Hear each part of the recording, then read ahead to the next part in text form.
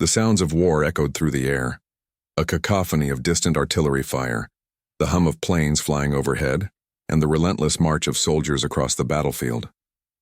The year is 1945, and the war in the Pacific is reaching its bloody crescendo. A brutal and unrelenting struggle has raged for years, each side determined to break the will of the other. It is in this chaos, amid the heat of battle and the sweat of exhaustion, that a group of Japanese women soldiers find themselves in the unimaginable, captured by the enemy. The scene is stark, a military camp in the Pacific Theater. The women, though soldiers by title, are not like their male counterparts. These women, conscripted and forced into military service, were far from prepared for the realities of war. With the fall of the Japanese defense lines, they are suddenly in the hands of the Americans, prisoners of war. At first, disbelief sets in. This cannot be happening. Their entire lives had been governed by a sense of duty to the emperor, a belief that victory was inevitable, that surrender was unthinkable. Now the very concept of captivity begins to sink in. The noise of the battlefield seems to fade, replaced by the clanking of metal bars being shut behind them. There is no war now, only the aching, gnawing uncertainty of what comes next. For the Japanese women POWs, the first moments after capture are a mix of confusion, fear, and disbelief. They have heard the stories of American soldiers, but they did not know what to expect. Are they going to be treated like the brutal enemy propaganda suggests, or will their captors show them mercy? These questions rattle in their minds, unanswered and growing heavier with every passing second. Suddenly a door opens, and an officer appears, his face grim but not cruel. The Americans, despite their brutal assault on the Japanese forces, seem to be treating the prisoners with a kind of indifferent respect. But is it respect? Or is it something far more horrifying in its implications? In this moment, as they are herded into the camp, the prisoners are given a surprising order: go to the showers. There is a pause. What could this mean? Japanese women soldiers, who had been taught to endure the harshest conditions in service to their country, had never even imagined such a thing as a shower, let alone a hot one. The conditions they had endured during their military service had been far from humane. Showers were a luxury they had only ever heard of in tales from the outside world.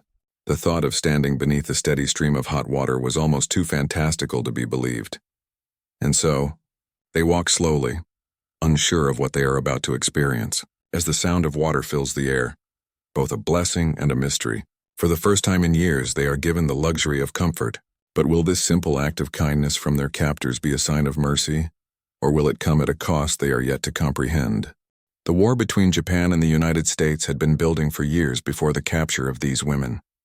To understand the significance of their capture and the treatment that followed, one must step back into the larger context of the Pacific Theater during World War II.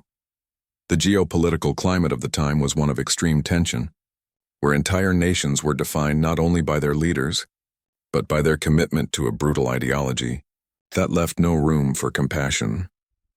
The war had begun in earnest with Japan's surprise attack on Pearl Harbor on December 7, 1941, plunging the United States into the conflict. The Pacific was a theater of vast, unforgiving oceans, scattered islands, and an implacable enemy. From the outset, Japan's ambitions were clear: to expand its empire across East Asia and the Pacific, driven by imperialistic desires and a belief in the superiority of the Japanese people. By 1945, Japan was on the defensive. The United States had spent years systematically dismantling Japan's ability to wage war, using strategies that combined relentless naval blockades, island-hopping campaigns, and precision bombing raids. The American military, led by figures such as General Douglas MacArthur and Admiral Chester W. Nimitz, had slowly but surely tightened their grip on the Japanese homeland. With every victory, the American forces had advanced further into the Pacific, pushing Japanese forces back into their island strongholds. For the women in Japanese military service, life was both strange and oppressive. These were women who had been conscripted into the workforce as Japan's war machine ground forward. Japan's involvement in the war saw an increasing demand for soldiers, and with the desperate need for personnel, women were drafted into the military as support staff and, in some rare cases, direct combatants. They worked in munitions factories, served as nurses, and even, in the final years of the war, were pressed into roles as anti-aircraft gunners and part of the notorious kamikaze units. But many of these women never anticipated what lay ahead. They were trained to endure hardship, to serve their emperor, but they were never prepared to become prisoners. As Japan's military power crumbled under the might of Allied forces, the women who had fought or worked in support of their military's cause found themselves caught in the wake of their nation's impending defeat. For months, the Allied forces had been advancing on the islands of the Pacific. The Japanese had fought fiercely, but the overwhelming might of the United States industrial machine had turned the tide. The Japanese military was stretched thin, its forces shattered, and their resistance was beginning to fray. As the Allies moved forward, many of the Japanese troops were isolated or surrounded, forcing desperate measures. Often, Japanese soldiers chose to fight to the death rather than surrender. The idea of being taken as a prisoner of war was considered dishonorable in Japanese culture. This had led to a mentality where surrender was almost unheard of. In contrast, the United States policy of dealing with prisoners was more pragmatic. At first, during the early days of the war, the treatment of Japanese prisoners was harsh, influenced by the prevailing racial prejudices of the time.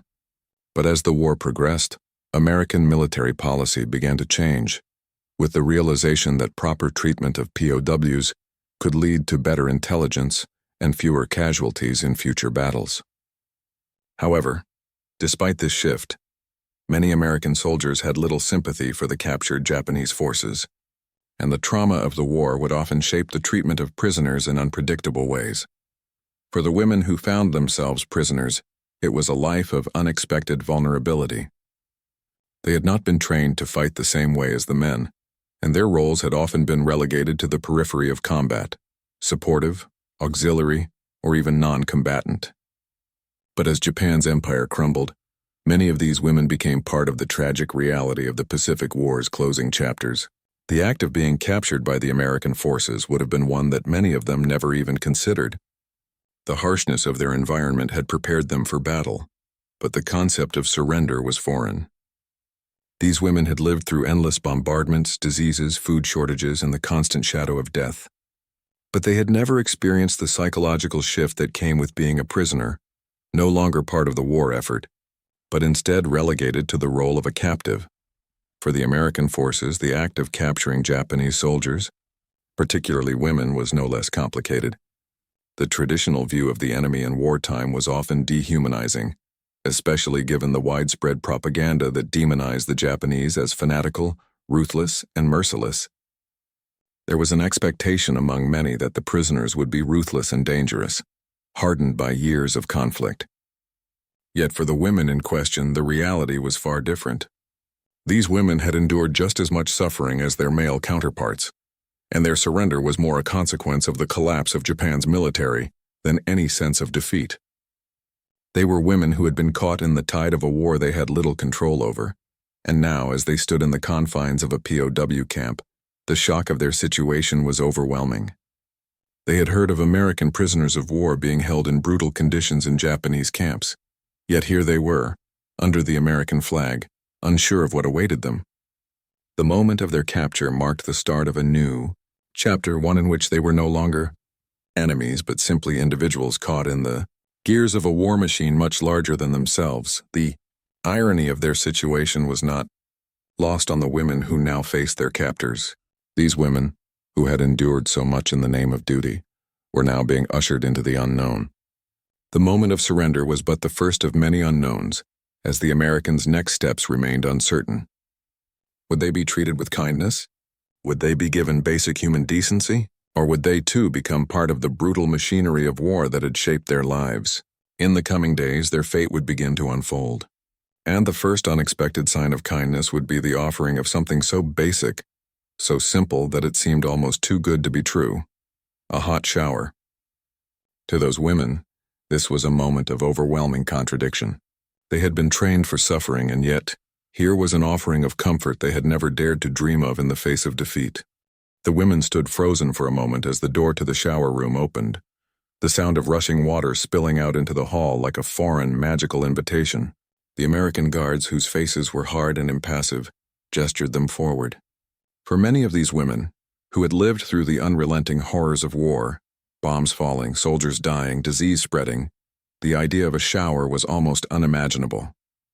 It was a luxury, a comfort they had been denied for so long. For years, their lives had been lived in the shadow of deprivation.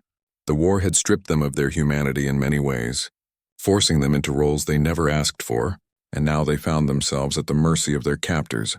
As they hesitated, the guards, perhaps oblivious to the confusion they were causing, simply repeated their order. The women had been deprived of so much during the war, sufficient food, shelter, safety, that the simple act of taking a shower seemed surreal. But the reality of the situation hit them like a wave. They had no choice. Surrender meant facing the unknown, and while the initial fear of being prisoners was still palpable, this was different. This was something they had never imagined. A piece of normalcy, perhaps even dignity, offered by the very people who had fought against them. The women walked into the room, unsure, tentative. The steam from the hot water filled the air, an almost otherworldly feeling in the midst of their stark surroundings. They had not felt anything warm in so long. The cold of the Pacific Islands, the harshness of their military assignments, and the relentless heat of battle had taken all but the faintest traces of comfort from them. Now the warm water streamed over them, splashing down like something they could hardly believe. For some, it was a moment of release, of tension slowly melting away. For others, it was almost too much to bear, their tears mingling with the water, a release not just of physical grime but of the emotional weight they had carried for so long. Yet, this moment of vulnerability was not just physical, it was symbolic. It marked the beginning of their new reality as prisoners, caught between the unforgiving forces of war and a strange kindness from the enemy they had been taught to despise. They had been trained to hate the Americans, to see them as ruthless invaders who had no respect for the Japanese way of life. But here they were, being offered something so basic and human, something that in their former lives they would have taken for granted. The dichotomy was jarring, a reminder that war, for all its brutalities, also carried moments of stark humanity. The act of taking a shower was more than just a physical necessity. It became a moment of internal conflict for many of these women. In that warm water, they shed not just the dirt of battle but the mantle of soldier, the stoicism they had been taught to embody. They had been taught to endure, to suffer in silence, but now, in the midst of their captors, they faced something entirely new. Compassion. The American soldiers, who had expected to deal with the harsh, bitter remnants of the Japanese fighting machine, were now witnessing a very different side of their enemy. One of the most surprising aspects of their captivity was the treatment they received in the immediate aftermath of their surrender. Unlike what they had been led to believe through the propaganda of their own government, the American forces did not treat them with the same cruelty that their counterparts had meted out to captured American soldiers in the early years of the war. There was no immediate violence, no physical punishment. Instead, they were given food, water, and shelter, basic human comforts they had not known for so long. However, this kindness was not without its complexities. For many of these women, the psychological toll of their captivity was perhaps the most difficult aspect to bear. They were no longer soldiers, no longer part of the Imperial Japanese Army. They were simply human beings, stripped of their previous roles and forced to confront the brutal reality of their situation. The immediate kindness offered to them by their captors did little to quell the sense of loss, humiliation, and fear that pervaded their lives as prisoners. The question that lingered in their minds was a difficult one. What would become of them now? They were no longer warriors in the service of the emperor. They were no longer serving a purpose in the war. They were simply women who had been caught in the grip of history, swept along by the tides of an unforgiving global conflict. They were prisoners, not just of the Americans, but of their own country's imperial ambitions. They were victims of a war that had consumed everything in its path. In the days that followed, the Japanese women POWs would face further bewildering experiences.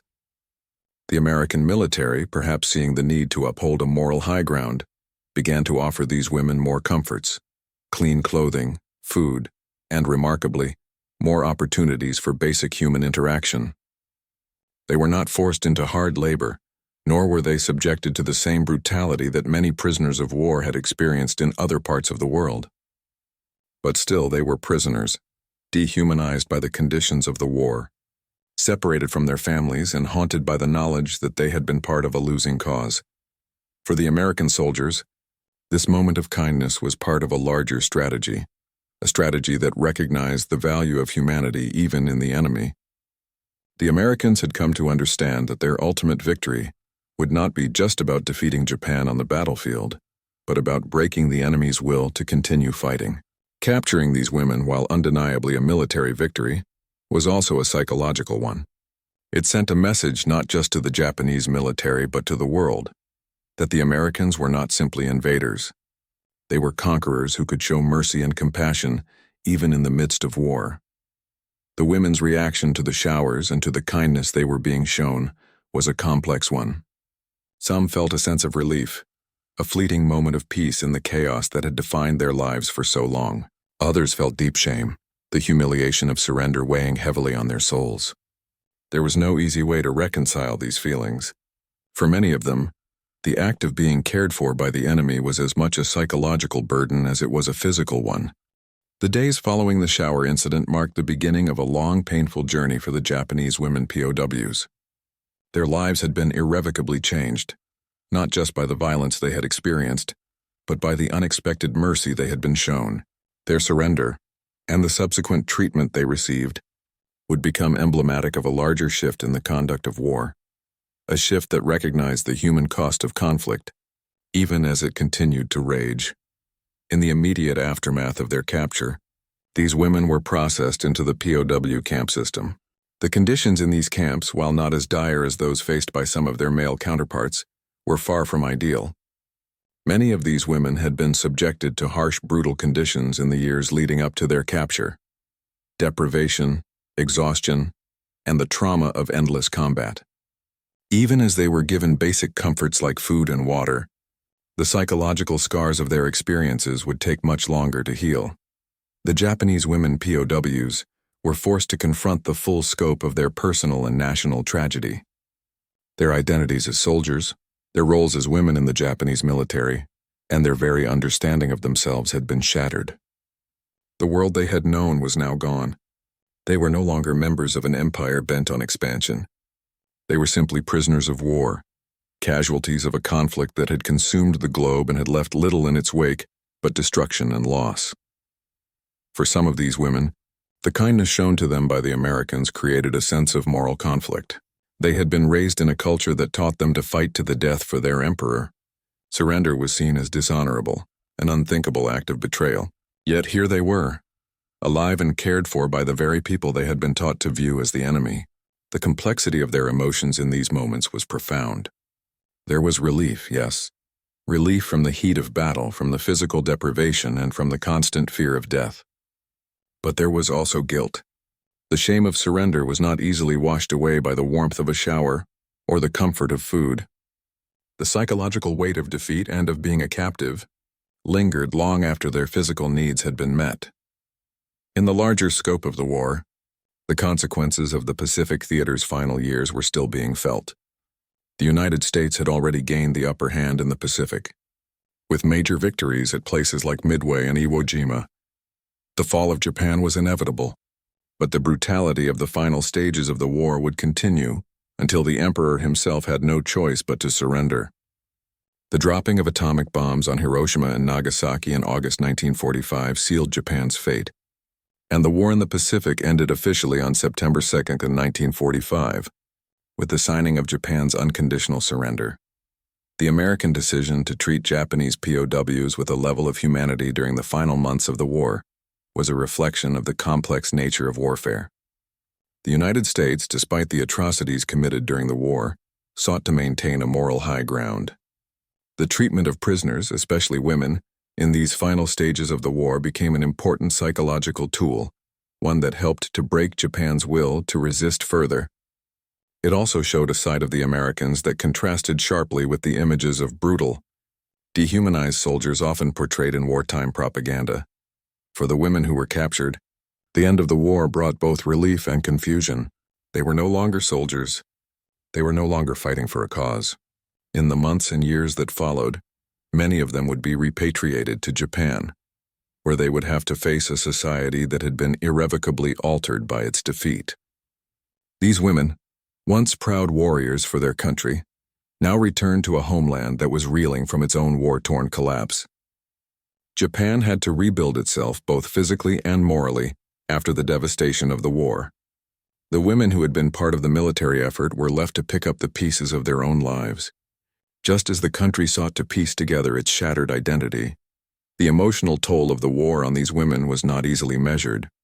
Many would carry the psychological scars of their captivity for the rest of their lives. The trauma of the war, the forced conscription, the constant fear of death, and the eventual surrender to their American captors all weighed heavily on them. They had been caught in a conflict that was much larger than themselves, yet they had never been fully able to comprehend the forces that shaped their lives. The war's aftermath also had a broader impact on the way the world viewed military conflicts. The treatment of prisoners of war, especially women, became a subject of greater scrutiny in the years that followed. The Geneva Conventions, which had long been intended to govern the treatment of prisoners, became more deeply enshrined in international law after World War II. The way these women were treated, offered food, shelter, and even a shower, was in many ways an early example of the evolving standards for the treatment of POWs. As the years passed and Japan began to recover from the war, the memories of those moments in captivity remained vivid for many of these women. They would never forget the warmth of the water, the kindness of the Americans, and the deep emotional turmoil they had experienced. In the larger context of the war, their capture was a small chapter, but for the women who lived through it, it was a moment that defined their lives. This was not just the story of women soldiers caught in the chaos of war. It was the story of humanity itself, the ability to show kindness and compassion, even in the face of the greatest brutality. It was the story of individuals trapped in the machinery of conflict, struggling to retain their sense of self and dignity, even when the world seemed to have turned against them. The kindness of the American soldiers, though simple, was a powerful reminder of the humanity that exists even in the most inhumane of circumstances. The impact of this moment, the offer of a hot shower, the unexpected comfort amidst the chaos would reverberate beyond the war itself. It would serve as a reminder that, no matter how dark the times, there is always room for empathy, for kindness, and for the recognition of our shared humanity. And so, as history unfolds, this moment remains as a quiet testament to the complexity of war, the price of conflict, and the resilience of the human spirit. The women who were part of the story returned home, forever changed, carrying with them the quiet memories of a time when, even in captivity, they were shown a small mercy that would stay with them for the rest of their lives. This chapter of history, seemingly small in the grand narrative of World War II, still holds a profound significance. It is a story of how, even in the darkest times, acts of kindness can shine through. The war may have ended, but the impact of those brief, fleeting moments of humanity continued to echo long after the guns fell silent.